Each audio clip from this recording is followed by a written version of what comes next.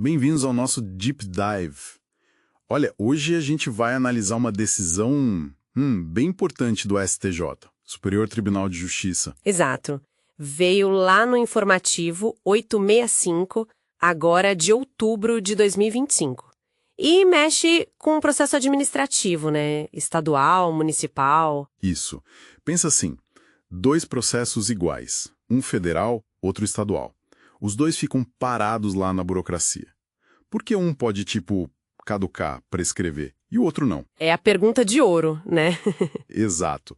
Então, o foco aqui é a prescrição intercorrente, que é basicamente quando o governo perde o prazo para punir porque deixou o processo parado muito tempo, depois que já tinha começado, né? Isso mesmo, o processo começa, mas aí empaca em alguma fase.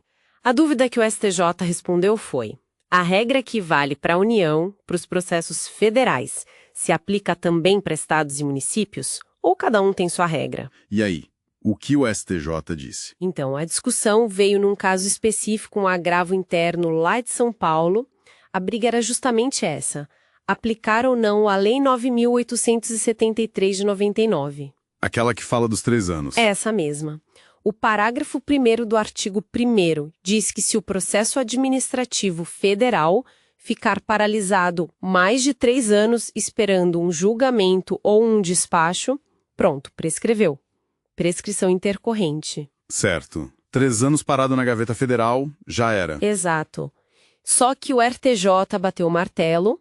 Essa regra da Lei 9.873 dos 3 anos... É só para a esfera federal. Acertei. Na mosca, é exclusiva da administração pública federal. Foi bem claro nisso. Ok, então para os estados e municípios sem essa regra federal automática, o que acontece se o processo deles também fica parado? Bom, aí a gente tem que olhar 2 coisas.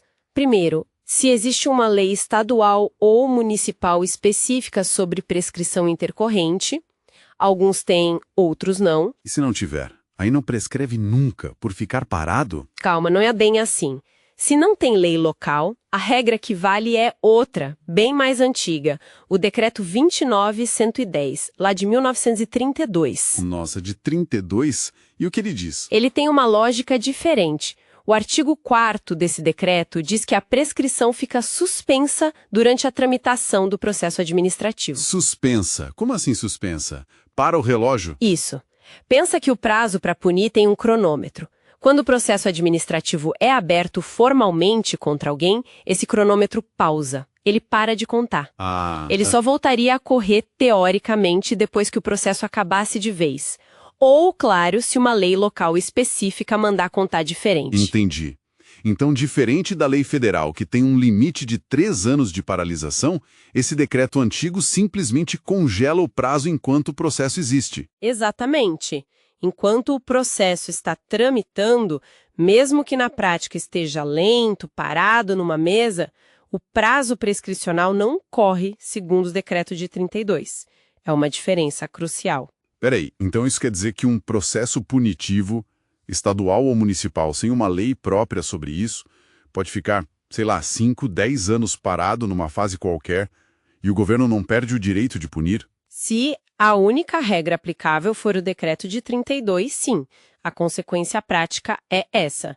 A prescrição comum pode até ter corrido antes do processo começar, mas uma vez iniciado, a intercorrente, por simples paralisação, não ocorreria da mesma forma que na esfera federal. Caramba! Isso tem uma implicação gigantesca, né? Para quem responde o processo, para a própria administração. Com certeza, reforça a autonomia dos estados e municípios para legislarem, né? Se eles quiserem uma regra tipo a federal de 3 anos, eles precisam criar sua própria lei. Se não criarem, vale a regra geral antiga do decreto. Faz sentido do ponto de vista da autonomia federativa, mas não cria uma certa insegurança? Quer dizer, no âmbito federal, existe um limite para a inércia da máquina. Nos outros, sem lei local, parece que o processo pode ficar num limbo, né? É uma tensão real, sem dúvida. A Lei 9.873 busca dar mais segurança jurídica, um prazo razoável evitar que as coisas se arrastem para sempre. Certo. Quando essa regra não se aplica por padrão nos estados e municípios, a gente pode sim ter processos que demoram muito mais para ter um desfecho, né? Levanta questões sobre eficiência, sobre o direito a uma resposta em tempo hábil, mas o STJ, nesse caso, aplicou a lei conforme a competência de cada ente. Entendido. Então, para resumir a ópera aqui do nosso Deep Dive, a regra da Lei 9.873, aquela dos 3 anos de paralisação para prescrever, é coisa da esfera federal, ponto. Isso. Para processos em estados ou municípios, a primeira coisa é ver, tem lei local sobre prescrição intercorrente? Se tiver, vale ela. Perfeito. Se não tiver lei local, aí a regra geral é o Decreto 29.110, de 32, que suspende o prazo de prescrição enquanto o processo estiver tramitando. Não tem essa de prescrever só por ficar parado 3 anos. Exatamente essa distinção chave. Saber disso é fundamental para quem atua na área, né?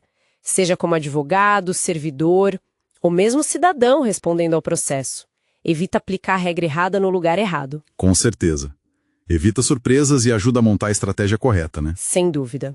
E olha, isso deixa a gente com uma reflexão, né? Qual? Se a lei federal lá de 99 foi pensada para dar um basta em processo parado indefinidamente, para trazer mais eficiência e segurança, quais são as implicações de não ter uma regra parecida valendo como padrão para todos os estados e municípios que não legislaram sobre isso?